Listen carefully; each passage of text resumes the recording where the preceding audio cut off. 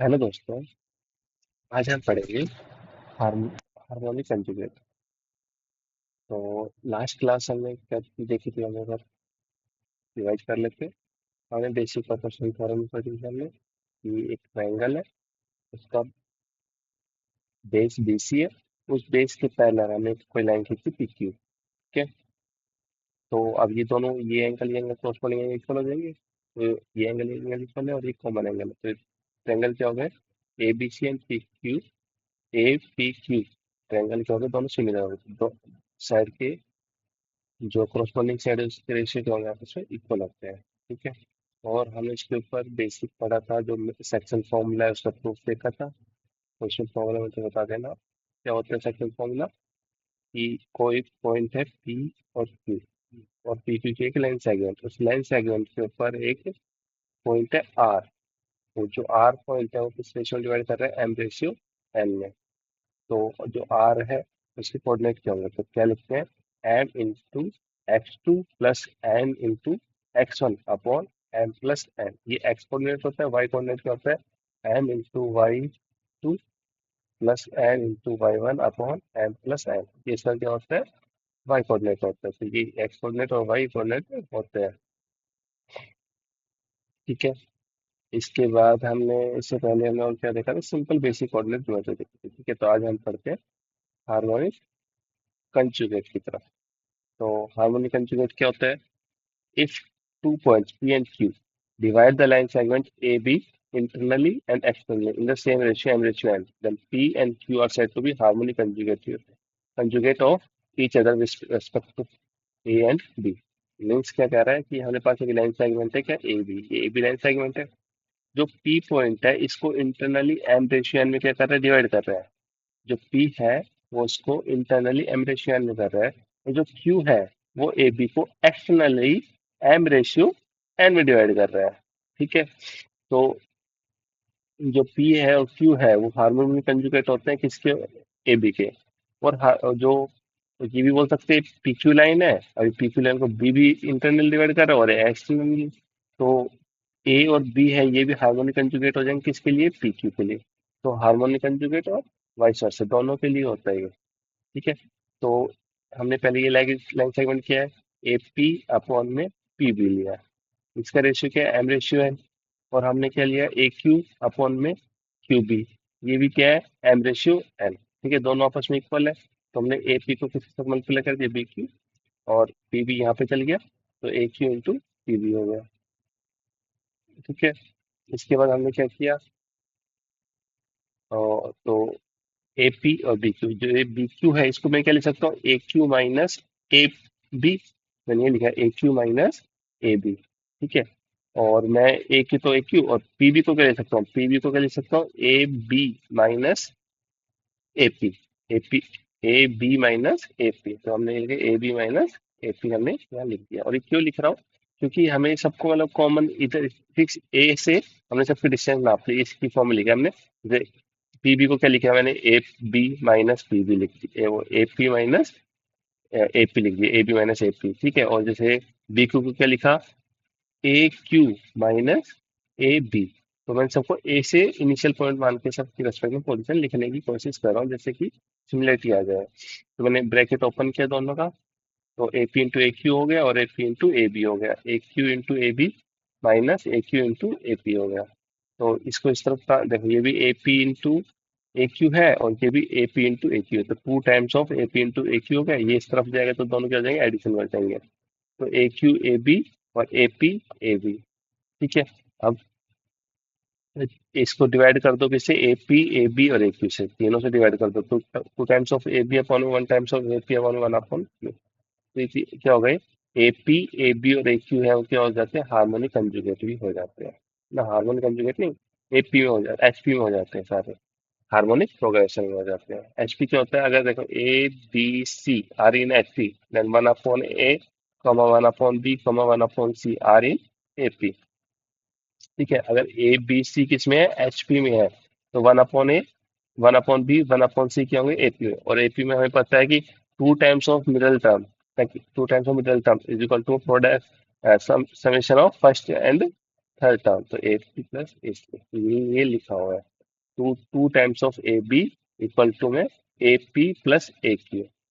तो two times of A B equal to A A P one upon A P plus one upon A Q. ठीक है, तो ये आपस में क्या होते हैं, एच क्यू होते हैं, A P A B A Q. A P A B और ए क्यू तीनों आपस में क्या है, आर में ये डिस्टेंस है। ठीक है ना। If P and Q are harmonic conjugate of point with respect to AB, then AP, AB और AQ ये always in harmonic progression H में होते हैं। ठीक है। If AP, if PQ divides AB in M ratio n harmonical, then AB divide करेगा वो भी PQ किस रेशियो में करेगा, M minus N ratio M plus N harmonically. ठीक है, मतलब जो हम ऐसे बोल रहे हैं ना कि P एंड Q क्या है, हार्मोनिक कंजुगेट है किसके, ए और बी के। तो जो ए बी होता है वो भी हार्मोनिक कंजुगेट है किसके, ए पी लाइन सेगमेंट के, इसके ना ए पी के, ना पी क्यू के, इसके पी क्यू के। देखो हमें इनिशियली हमारे पास क्या है, ए बी कोई लाइन सेगमेंट है, ए बी लाइन सेगमेंट है। पी इसको किस में कर रहा है, एम रेशियो एन में कर रहा है। ठीक है, क्यू इसको एक्सटर्नली एम रेशियो एन में कर रहा है। तो पी और क्यू को क्या बोलेंगे हम, इसको harmonic conjugate of A B. ठीक है। अब अब लेट्स सपोज अब ये भी कोई लाइन, पी क्यू भी कोई लाइन सेगमेंट है, तो इसको बी है, वो क्या कर रहा है, इंटरनल डिवाइड कर रहा है, और ए क्या है, एक्सटर्नल डिवाइड कर रहा है। तो ये किस रेशियो में डिवाइड कर रहा है, M minus N ratio M plus N ratio में क्या कर रहा है, ये डिवाइड कर रहा है, ये लिखा हुआ है यहाँ पे। ठीक है ना। देखो क्योंकि ये टोटल कितना हो जाएगा, इसका रेशियो निकालोगे, ये रेशियो कैलकुलेट करोगे तो क्या रेशियो आएगा, M minus N ratio M M plus. ठीक है, तो ये क्वेश्चन है, आप ये ट्राई कर सकते हैं। ए और बी के हमारे पास दो पॉइंट है, then find the harmonic conjugate of three ratio three comma one. ठीक है, तो इसको कैसे करना है आपको बता देता हूँ, कैसे करना है इसको सोल्व। कि ये हमारे पास कोई ए और बी पॉइंट है, 1,5 और 4,-1। जो ए बी है, find the harmonic conjugate of 3,1। तो 3,1 कहीं यहाँ पे होगा, इसके 3,1 कुछ पॉइंट है, इसको बोल देते हैं पी पॉइंट है। तो पहले इसको फाइंड करो किस रेशियो में इसको डिवाइड कर रहे हैं।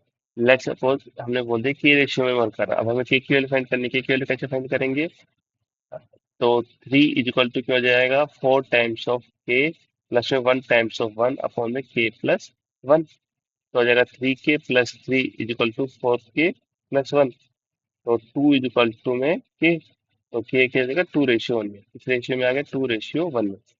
अब हमें रेशियो पता चलेगा। अब हार्मोनिक कंजुगेट निकाल रहे हैं, मतलब कोई एक ऐसा पॉइंट है जो इसको क्या करेगा, एक्सटर्नली डिवाइड करेगा क्यू। और क्यू किस रेशियो में करेगा, 2:1 में ही करना चाहिए, किस रेशियो में, 2:1 में।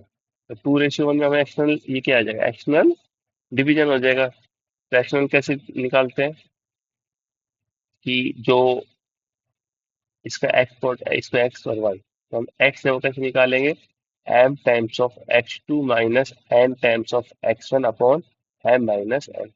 ये क्या हो जाएगा, x1, ये वाला क्या हो जाएगा x2, y1 इस फॉर्मूले में पुट कर देंगे, एक्स कोऑर्डिनेट आ जाएगा, इस फॉर्मूले में पुट कर देंगे my2 minus N times of y1 upon M minus N. तो ये आपका y कोऑर्डिनेट आ जाएगा। तो इसके इसको p, तो इसका हार्मोनिक कंजुगेट क्या हो जाएगा, q हो जाएगा।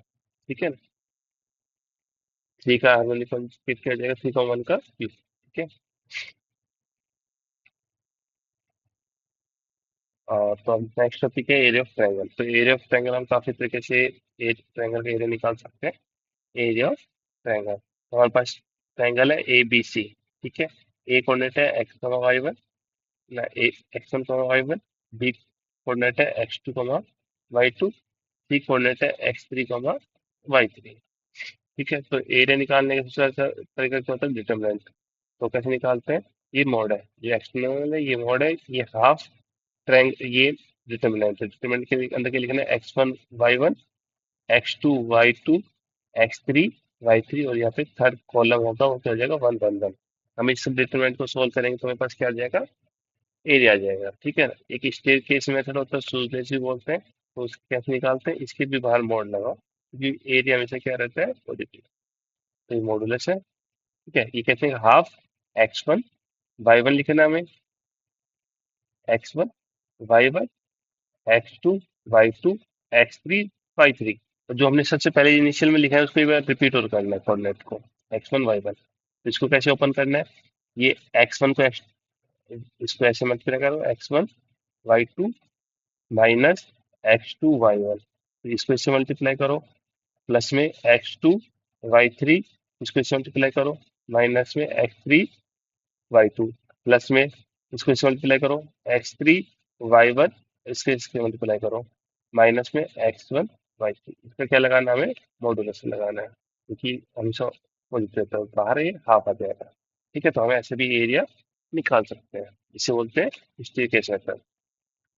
और अगर हमें ट्रायंगल की साइड की यूनिट, भाई इस साइड ए है इसकी यूनिट, ये ये बी है, ये सी है, हमें तीन, एक ट्रायंगल की तीनों साइड पता है, ये ए है, ये बी है और ये सी है। तो हम कैसे निकालते हैं area, under root S, S minus A, S minus B, S minus C, इसे हीरोन्स फॉर्मूला बोलते हैं, इसे कौन सा फॉर्मूला बोलते हैं, नाइन्थ क्लास में पढ़ा होगा। तो एस होता है उसे क्या बोलते हैं, सेमी पैरामीटर, क्या होता है, तीनों पैरामीटर का हाफ, पैरामीटर का हाफ। ठीक है, आप देखिए। और फोर्थ कौन सा एरिया ऑफ ट्रायंगल कैसे निकालते हैं, half into base into height. ये हमें नॉर्मल हम निकालते हैं कि किसी ट्रायंगल की अगर हमें हाइट पता है, ठीक है, और ये बेस है, ये वाला क्या है, बेस है, तो ये बेस हो जाएगा और इसकी हाइट होगी, हमें हाइट और बेस पता है तो half into base into height, ये वाला फॉर्मूला यूज कर लेते हैं। ठीक है, अगर हमें कोई दो साइड पता है, अगर हमें क्या पता है, दो साइड पता है, उसके बीच का क्या पता है, एंगल पता है, उसका क्या पता है, एंगल पता है। ठीक है, तो हम क्या निकालते हैं, जैसे ये हमें दो साइड पता है ए और बी, और इसके बीच के एंगल पता है, तो एरिया कैसे निकाल सकते हैं, half into product of two side A into B, और साइन एंगल बिटवीन देम, तो sine into sine theta, sine of including angle. Okay, तो ऐसे हम एरिया निकाल सकते हैं। ओके, तो ये इन्हें ट्रायंगल एबीसी, चल दे रखा है इन्हें triangle A B C, A B square क्या होगा, ए बी, एक ट्रायंगल बना देता हूँ मैं, ए बी सी,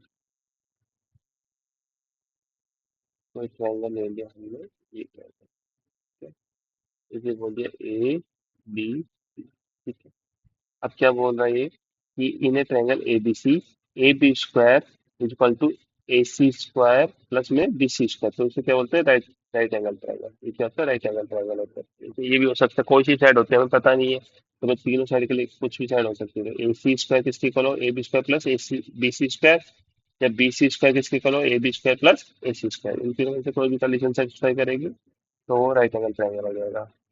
अगर किसी साइड का स्क्वायर का सम है, थर्ड साइड के स्क्वायर से बड़ा आ रहा है, तो उसे क्या बोलते हैं, साइड को एक्यूट एंगल ट्रायंगल बोलते हैं, क्या बोलते हैं, एक्यूट एंगल ट्रायंगल। ठीक है, तो यहाँ पे क्या आ रहा है, A B square plus B C square किससे, ए सी स्क्वायर से क्या है, बड़ा है, यहाँ पे बी सी स्क्वायर है, वो किससे छोटा है, A B square plus A C square. तो अगर किसी दो साइड के स्क्वायर का सम है, वो थर्ड साइड से क्या है, बड़ा है, थर्ड साइड से क्या है, बड़ा है, तो इसे बोलते हैं एक्यूट एंगल ट्रायंगल। इसमें क्या दे रखा है, एक साइड है ए बी, उसका स्क्वायर किया हमने, वो ग्रेटर देन है, तो जो दूसरी दो साइड बच गई उसके स्क्वायर के सम से बड़ा है, तो इसे हम क्या बोलते हैं, ऑब्ट्यूज एंगल ट्रायंगल। इसे क्या बोलते हैं, ऑब्ट्यूज एंगल ट्रायंगल। ठीक है, ऑब्ट्यूज एंगल ट्रायंगल मतलब this type triangle, this angle is always, one angle in the triangle is always greater than 90 degree, I call obtuse angle triangle. Or acute angle triangle, all the angle are less than 90, all three angles are less than 90 degree. Right angle triangle, one angle is 90 degree. Okay, तो ये find basic question है, find the area. मैं आपको एक find करके दिखा देता हूँ। आप बोले एक डिटरमिनेंट मेथड से फाइंड करते हो, तो इस उससे करते हैं, कौन सा था, second one, staircase method से करेंगे। ठीक है, तो पहले डिटरमिनेंट वाले सोल्व करके दिखा देता हूँ मैं आपको। तो क्या होता है, हाफ इंटू मॉडुलस लगा रहता है बाहर, डिटरमिनेंट चाहिए, area of triangle of vertex, तो इधर 3,2 लिखा, फिर इधर 1 लिखा, 11,8 1, 8,12 1। ठीक है, ये डिटरमिनेंट बन सकती है, ये मोड बंद हो गया। ठीक है, तो इसको हाफ तो पहले लिख देता हूँ। ठीक है, इसका मॉडुलस है। डिटरमिनेंट कैसे बोलते हैं? 3 है 8 × 1 - 12 -2 टाइम्स ऑफ 11 -8 +1 टाइम्स ऑफ 11 × 12 -8 × 8 64। ठीक है, इसके मोड लगा दिए। ठीक है, तो इसको सोल्व करेंगे हम। 8 में 12 गया तो -4, तो कितना हो जाएगा? माइनस 4 4 है 12। ठीक है, 11 में 4 गया तो 3, 3 दूनी 6। ठीक है, और 11 × 12, 11 × 12 करते तो क्या आता है पास? 132। तो 132 में से क्या माइनस करना है? 64।